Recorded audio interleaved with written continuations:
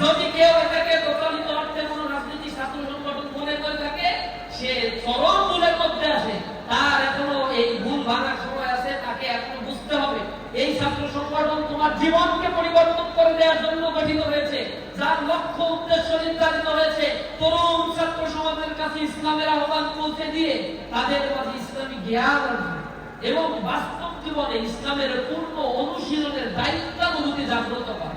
তোমার নবীকে চিনানো, রাসূলকে চিনানো, পূর্ববর্তী নবী রাসূলকে চিনানো, সাহাবা আজমাইনকে চিনানো, আইম্মায়ে মুজতাহিদিনকে চিনানো, ইসলামের শত খুঁটিনাটি দিক নির্দেশনাগুলো তোমার কাছে জানানো, এটার জন্য ইসলামী ছাত্র শিবিরের জন্ম হয়েছে।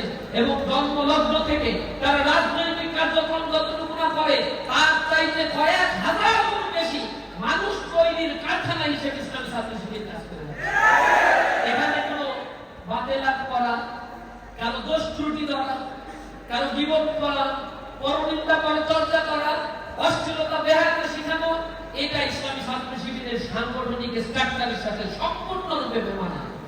এখানে ছাত্ররা আসে নৈতিকতা শিখতে, যেমনিভাবে রাসূল করিম সাল্লাল্লাহু আলাইহি ওয়াসাল্লাম আইয়ামে জাহিলিয়াতের মূলে কুঠারাঘাত করে একশরীফুল ইসলামের বার্তা মানুষের কাছে পৌঁছে দেওয়ার জন্য তার আবির্ভাব হয়েছিল। রাসূল করিম সাল্লাল্লাহু আলাইহি ওয়াসাল্লাম এসেছিলেন মানবতাকে মুক্তি দেওয়ার জন্য। মানবতা যখন ক্ষয়িষ্ণু, সভ্যতা যখন ধ্বংসপ্রাপ্ত হয়ে গিয়েছে, সেই সভ্যতাকে বিনির্মাণ করার জন্য রাসূল করিম সাল্লাল্লাহু আলাইহি ওয়াসাল্লাম কোরআনকে নিয়ে এসেছিলেন।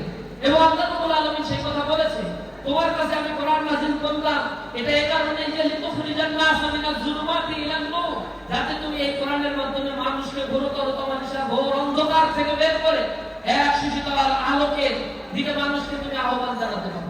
এজন্যই তোমাকে আমি প্রেরণ করেছি। এবং রাসূল করিম সাল্লাল্লাহু আলাইহি ওয়াসাল্লাম এই কোরআন নিয়ে এসে একটা জাতিকে তৈরি করেছে, যে জাতি পৃথিবীতে সভ্যতা জানতো না, যে জাতি পৃথিবীতে বর্বর জাতি হিসেবে পরিচিত ছিল।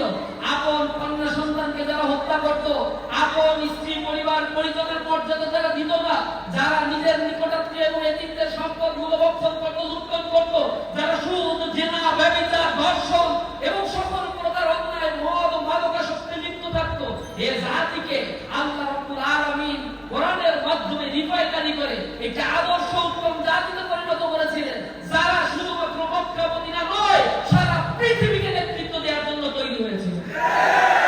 এই সভ্যতার জন্ম হয়েছে ঠিকই ৮২ বছরে, কিন্তু এই সভ্যতা কিয়ামত পর্যন্ত কোনোদিন ধ্বংস হবে না। এই সভ্যতার জন্ম হয়েছে ৮২ বছর ধরে, মুসলিম সালতানাতের সভ্যতার ইতিহাস রচিত হয়েছে, কিন্তু হাজার হাজার বছর পরেও এখনো পর্যন্ত ১৫০০-১৬০০ বছর পরে এসেও আমরা দেখতে পাচ্ছি সেই সভ্যতা নিজ সক্রিয়তায় প্রতিটা মানুষের অন্তরে জায়গা করে নিয়েছে।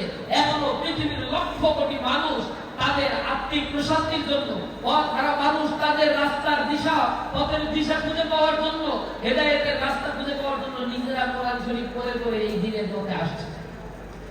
হাজার হাজার মানুষ এখন পৃথিবীতে সেকেন্ড লার্জেস্ট রিলিজিয়ন হচ্ছে